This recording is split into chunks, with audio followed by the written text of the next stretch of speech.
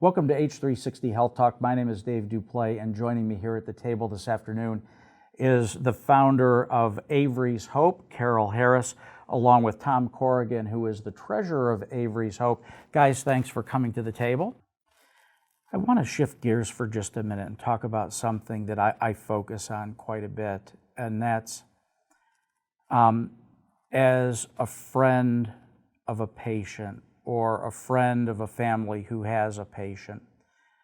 When you get that diagnosis or you get a diagnosis of your child or your nephew, you go through the whole range of emotions, right? From you don't believe it to being angry to, and then you finally come to the point where there's acceptance, right? As a grandparent or an uncle or a friend of a patient, how do you navigate through that emotional roller coaster? Because some people will embrace it and say, help me, help me, help me. And then other people are, I've got it. Or the one thing I notice about caregivers, whether they're a parent or they're not so fast to come and ask for help. And my father's a caregiver. My mother is an Alzheimer's patient. And very rarely will you see my father raise his hand and say he needs help with something. And it's almost like I feel like I'm almost a broken record asking him all the time, what can I do? What can I do? How do you balance that? I imagine, as a grandparent, I couldn't imagine, or a parent or an uncle, you're sitting there and you're watching Avery or you're watching Carson, you just want to take the bull by the horns. I mean, I think you both strike me as type A personality folks that are going to dig in and get the job done. Caryl, what would you tell that grandparent that gets the call from their child or their daughter-in-law and delivers the news about the grandchild? What advice could you give to that grandparent that just hears those words that their grandchild is sick? The most important thing is to be an unbelievably good listener, because there's a lot of fear, and you're not going to be, the sad part is you're not going to be able to fix it for them. You just can't. But there are some wonderful support groups for both parents, caregivers, grandparents.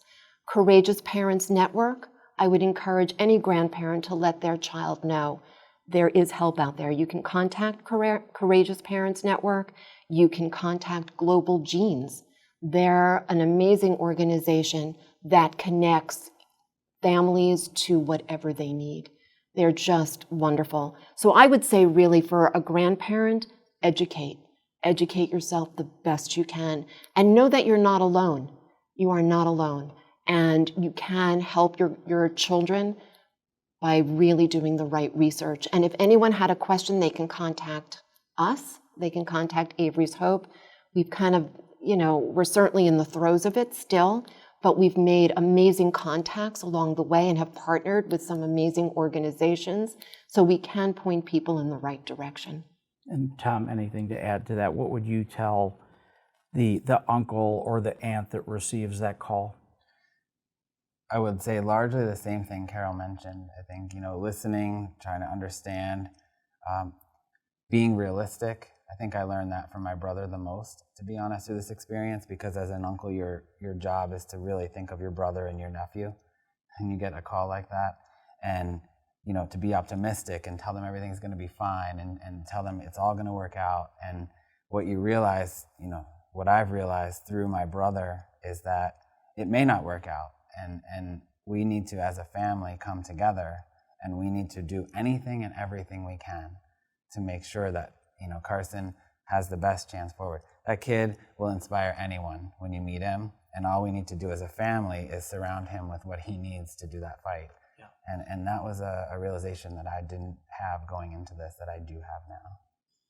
Well, Tom, you're doing so much fundraising and great job on that. I also understand, I've read somewhere something about a zebra run or a zebra event, and I also know I hear rumors about a mini golf event that might take place. Can you share with me a little about those two events and where I need to show up to get involved? Sure. I mean, I think the first place to start is Avery's Hope website, averys-hope.org. We have all the information out there for both.